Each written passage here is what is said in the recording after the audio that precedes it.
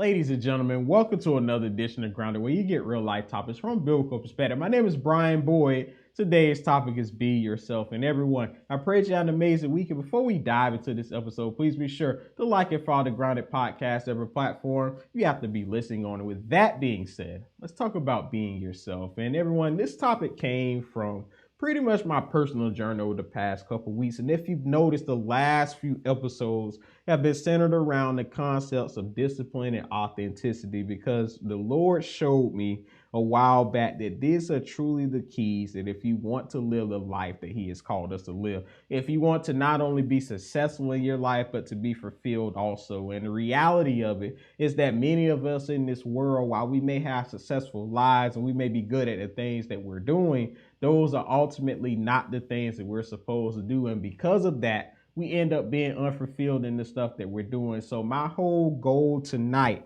is to help you all realize how to be authentic, not only to yourself, but to the world around you, and how you can stay on that path continually. And to do so, I'm going to be coming from Ephesians chapter 1, verse 4. And it reads that, "For He chose us in Him before the creation of the world to be holy and blameless in His sight." And just for a quick background context of this verse, this is Paul once again writing a letter to the Ephesian church, and he's basically greeting them, and he's going to give them instructions on how they're supposed to live based on the feedback that he's gotten before. And in this particular verse, he introduces himself to them, and he tells them that we are alike. He's telling us the reason why God has created them on this earth and the way that God wants us to live. And to observe the piece of authenticity specifically, we're going to look at the first piece of this verse, because it reads that, "For He chose us in Him before the creation of this world." And if you've been watching Grounded for a while, you know I talk about how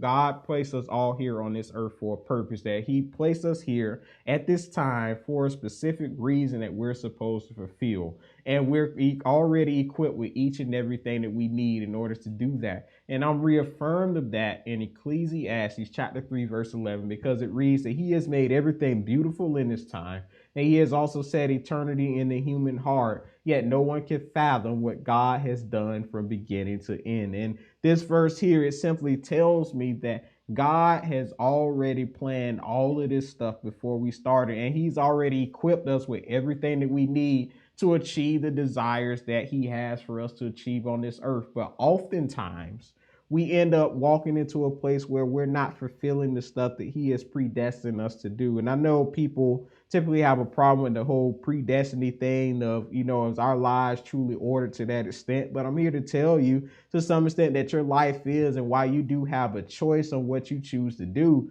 your life either way is going to be directed to a certain cause. And the best way to explain this is probably one of those story-based or those interactive games where you have these storylines that you go down. And then based on the choices that you make, it directs you to a new path in the game. And when you look at that, that kind of brings us back to what God has done, because He has made our lives so intricate to where every decision that we make leads to a different path. And that's just how specific our lives get. And when you think about all of that, and you think that when we go through that whole process of knowing that our lives are ordered in that way, then that allows us to see just how valuable we are as people. It makes us realize just how much we're actually worth.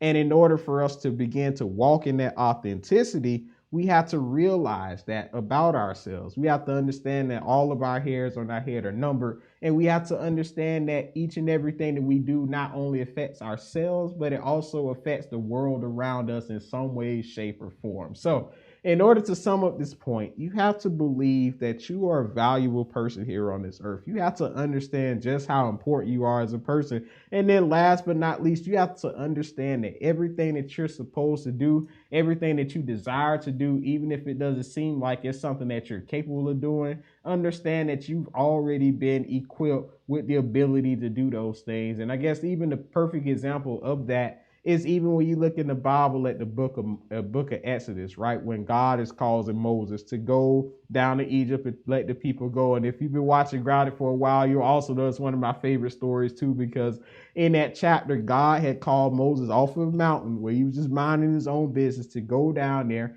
and to tell Egypt and to tell Pharaoh that it was time for them to get up out of there. It was time for them to leave the place and for them to come on the mountain and serve the God of their fathers. But what happened was Moses was doubtful that he was ever going to get down there. He didn't think that he had everything that he needed. And when he did that, God had showed him the staff that was in his hand that he could use to turn into a snake. That was the first time. He gave him the second sign that if he put his hand in his pocket and pulled it out, it would turn white as snow.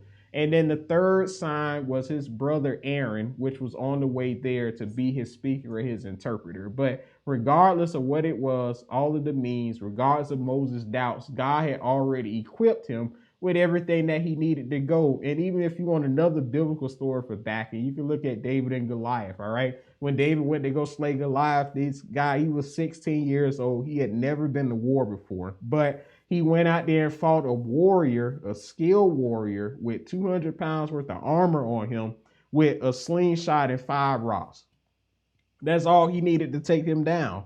But David understood in that sense that his life was that valuable, and he knew that he had a reason to be out there on the battlefield. And if you even want a literal example in life, I want you to think about all of the stuff that you've done up to this point. Think about all of the places that you've been. Think about your past. Think about all of the stuff that you've overcome. And then look back at those times specifically and look at the things that you did to get out of those things. Because I'm telling you, you didn't get out by chance. You got out by ability and faith. And when you did that, you used the stuff that was inside of you. Even if you had no idea where some of these things were coming from, they ended up coming and you were able to get out that situation. And then I guess even if you want a personal story for me, even with doing Grounded, right? This is something that was on my heart for the longest time. I didn't think I was capable of doing it, but on the opposite end, I've always had the ability to speak. I've always had the ability to put messages and stuff together. And I've always had the ability to go after and improve the stuff that I wanted to do.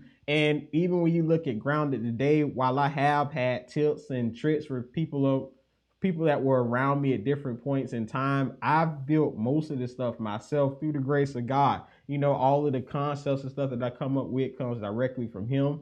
And even all of the equipment and stuff and the lighting knowledge and stuff, this is stuff that I looked up and searched up. I got like little advice from here or there, but regardless, all of this stuff was already in me, and all I had to do was take action on those particular things. And that actually perfectly brings me into the second point of this, because it says that God created us to be holy and blameless in his sight. And when you think about the whole concept of authenticity, it's not only you realizing who you are as a person, but it's also helping you understand what you're supposed to do. And the first thing that he tells us here is to be holy. And when you look at this word in the Greek and the Hebrew, the word holy means to not only be sacred, but it also means to be one, meaning that everything that you do in life should line up with who you're supposed to be. So your thoughts, your words, and your actions should all line up. You should be a consistent person in each and everything that you do. And all of that basically comes down to discipline and application. Let your yeses be yeses, let your no's be no's, let your decisions be the decisions that you're going to make. Let all of the things you say be the things that you think. You're not supposed to think alternative to the actions and the words that you say. You're supposed to line your life up to be as straightforward and as simple and as understandable or predictable as possible. And that comes with you being authentic. And the reality of that, once again, is that we live in a society where authenticity isn't necessarily celebrated. It's not appreciated. People don't want you to stand out. People don't want you to act on your own actions. People don't want you to stand on what you believe in, but instead they want you to give in to their own beliefs. They want you to give in to what they want you to do. They want you to be whoever they want you to be. But the reality of it is, if you're gonna have the impact that you want to have here on this earth, if you're gonna walk into the purpose that you're called to walk in, you can't be conformed and you can't be constrained by the thoughts, the actions, and the opinions of other people. And I tell you this, not only from reading the Bible, but from my personal experiences, because there have been so many times, there have been so many people, places, and things that I have had to leave over the course of my life to get into the level of authenticity that I'm in right now. And even now, it's a battle trying to fight those things each and every day, because there's still offers that come to me. There's still opportunities that, and there are even people that want my help with certain things, but I can't do those things because they don't line up with who I am. They don't line up with where I'm going. And in some cases, they just don't line up with what I believe in. And you have to be willing to turn those things down each and every time, especially if they don't align with where you're supposed to be.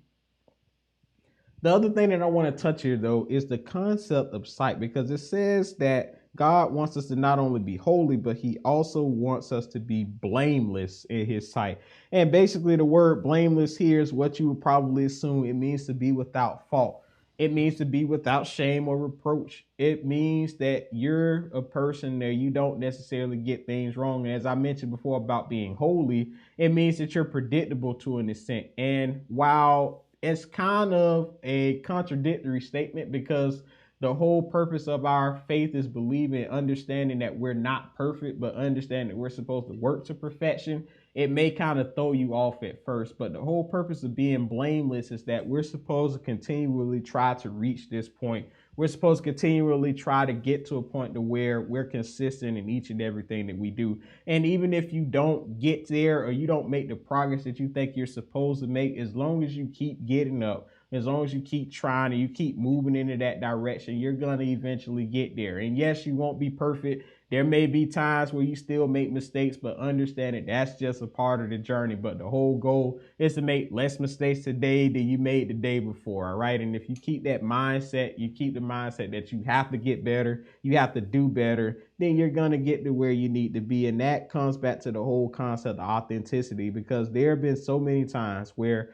I was dead set on achieving something, where I said I was going to do something, and I end up not doing the stuff that I said. One of the perfect examples, even to break it up on ground, it was the whole business week thing. And what happened was I had went on vacation. I had got caught up, but the excuses that all excuses aside, I said I was going to do that. I said I was going to have it out sooner than I did. And I actually did not have it out when I said I was going to have it out. And that's a thing of being blameless, being without fault. Because if I said I was going to do it, I should have made the precautions. I should have took the steps to make sure that whether I was here or not, whether I was available or not, that it was still out and it was where you all could see it. So I say all of that to say is that, this journey isn't going to be perfect. And while we may be great at the things that we're doing, there are going to be times we're still going to mess up. But our whole goal is to just get better each and every day. We're supposed to get to a point to where we're not blamed for anything. We're supposed to get to a point of true authenticity. And we're supposed to get to a point to where, like I said, each and every situation that we're in, we're consistent with everything that we've done up to that point. We're consistent in our words, our thoughts, and our actions. And by doing that stuff, we end up being the people that God has truly called us to be. And we end up being the authentic people that can bring change to the world. But I guess with that being said, to sum up this episode, the whole goal of this is once again to help you all understand how important it is to be authentic and to empower you to be that authentic person. And the only way that you can do that is by understanding what your truth is, whatever that is. And your truth is simply, like I said, your thoughts, your words, your deepest beliefs that you know and you accept. And then operating in those things 100%, not being moved and swayed by other people to go a different direction, especially if it's the wrong direction. Now, if it's the right direction and you know that this is something that you got to change, then you got to be open-minded and flexible to improving that stuff about yourself. But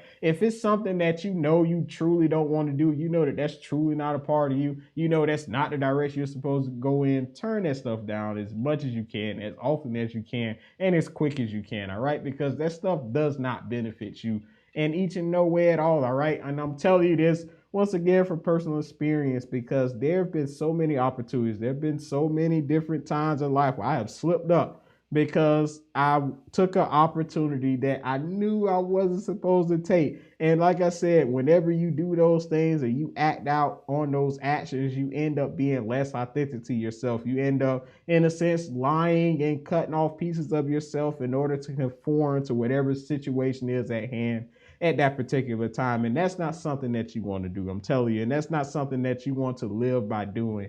Walking your truth, living your truth, and operating that as much as you can. and I'm gonna drop it at that. But anyway, I thank you all so much for watching. I pray that you receive something out of this. And as always, if you have any questions, comments, concerns, you can email me at brian@thegroundedpodcast.com. But outside of that, I thank you all so much for tuning in. I love each and every one of you, and I will talk to you all very, very soon. All right. My name is Brian Boyd. I'm signing off. Peace. Hey everyone, Brian here once again. Thank you so much for tuning in to Grounded. If these messages have been a blessing to you, please consider donating at thegroundedpodcast.com/donate. Furthermore, if you're looking for books and journals and other resources that will help improve your life, business, and relationships, please be sure to check those out at thegroundedpodcast.com/store. As always, it's been a blessing. I truly love each and every one of you, and I truly hope to see you all once again very soon. All right? Peace.